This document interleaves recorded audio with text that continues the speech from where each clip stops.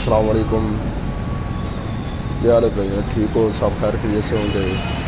Tractor Massey 385 model 2022 अच्छे से पत्थर को भी देख सकते हो कि 2022 मॉडल है पक्का। कागजात भी 2022 मॉडल है।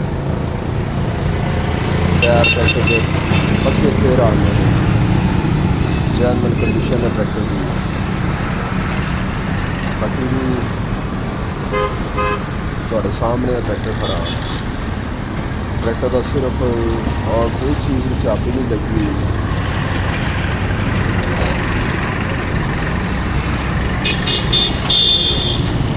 सिर्फ डीजल पंप खुलिया ट्रैक्टर का।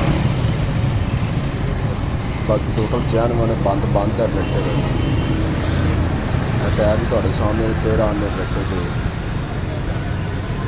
छत लगी ट्रैक्टर में टोटल जैनवन होंगे अपने। हुक लगी पीछे चंगी हुक, तगड़ी हुक लगी हुई है।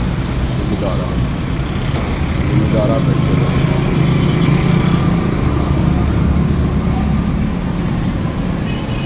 से भाई लाना बिस्मिल्लाह ट्रैक्टर शोरूम हवेली का काम।